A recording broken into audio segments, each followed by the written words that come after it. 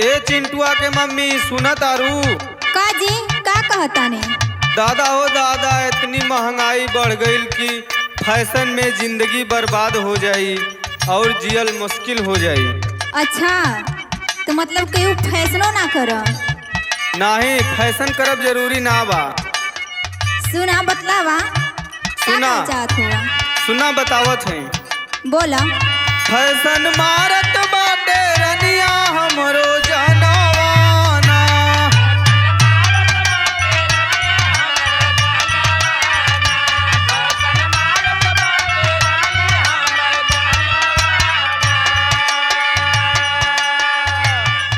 ज्यादा तो हर जान मारत है।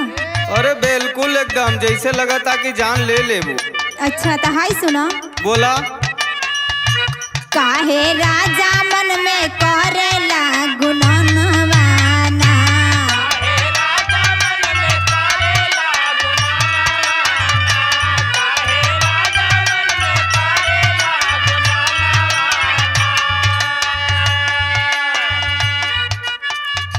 सुना, कहियो लिपस्टिक के मंगवेबू, कहियो कहबू टिकुली लिया के दा, तो ई सब कहाँ से हम इतना लिया के दे पाए तुमके। अब काहे ना लिए बा? और कभी कभी कहबू कि नहीं हमके गहनो चाहिए। तो काहे ना लिए बा? जब शादी करके लिए था ना। और आज का हुआ के फैशन चला वो तो लिए अली, लेकिन अब हमसे ये सब ना हो पाई। जवन बा वही में काम चलावे के पड़ी। बोला। सुना, कहियो लिपस्टिक के मंगवैबू, टिकुली बिंदी के समझैबू।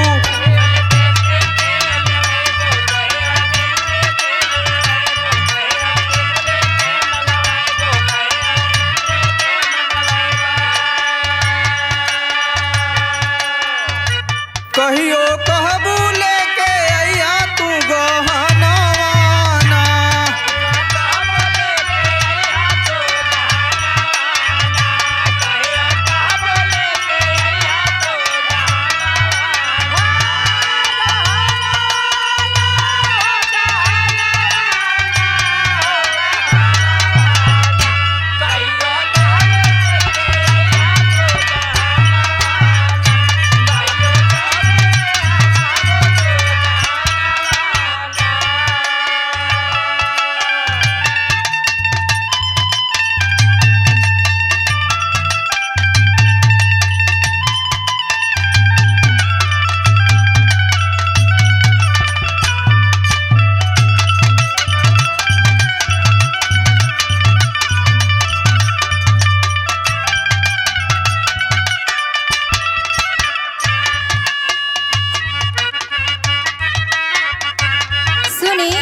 बोला, का कहत हूँ?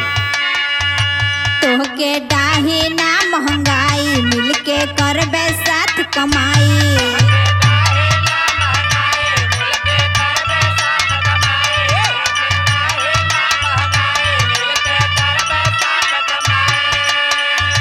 पाई पाई भर के ले ले हब गहनवाना।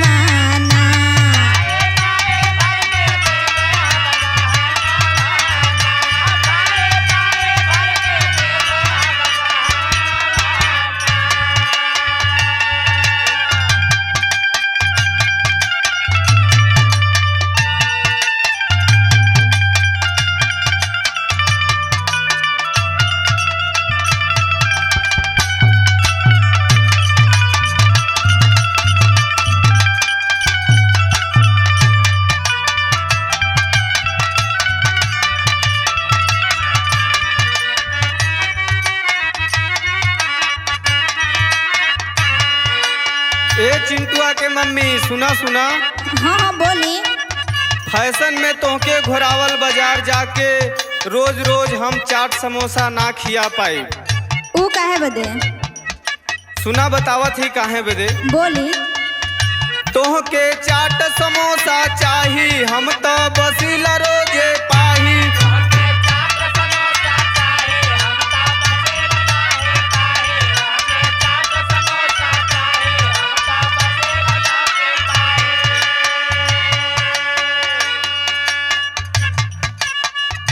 राही हमके केवल जाने लन किसान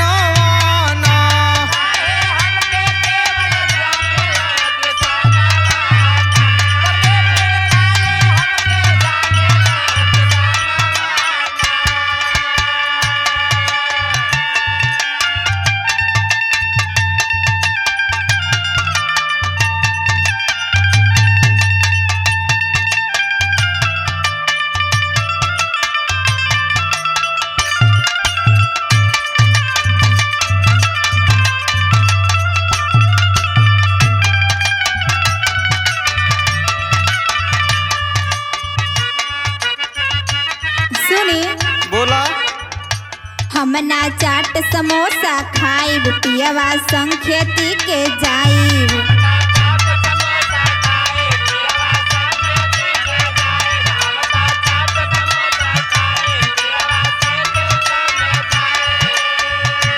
कर किसानी हम उपजैबे गेहूं धनवा ना।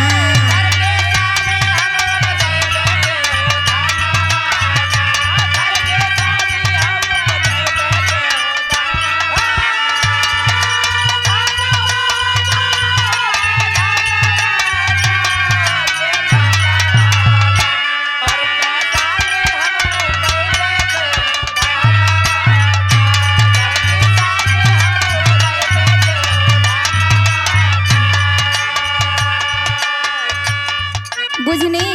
हाँ हाँ खूब बुझत है। सुना, बोली। तू तो शहर के बाटू छोरी गांव के बारे में तू का जनबू? हाँ हाँ ना जानता नहीं। सुना हम बतावत ही तोके। तू तो शहर के बाटू छोरी जनबू ना गवई के लोरी।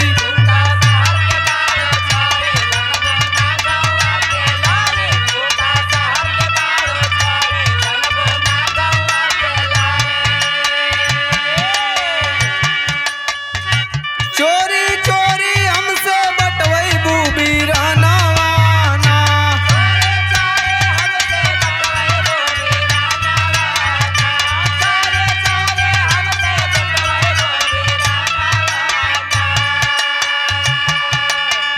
देखिए हाँ, रउआ के बोला। हम परेशान ना करब, ठीक बा?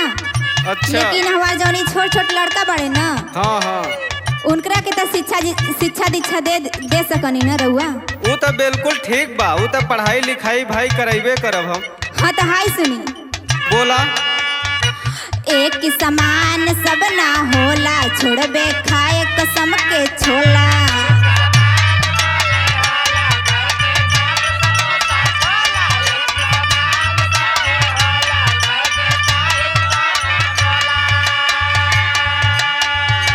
चोला जब से रही राखब तोहरो सनवा ना।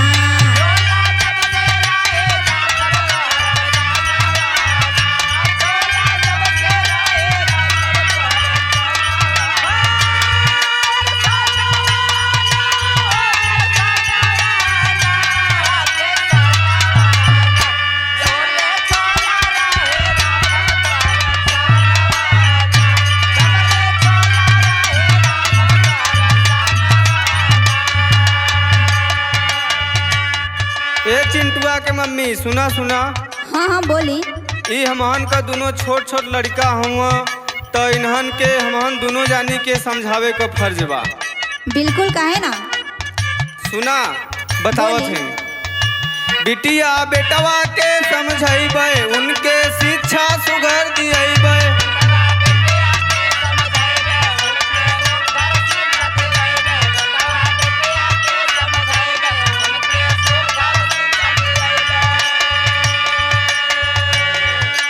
कबहू रोशन करी है अपन खानदानवा ना।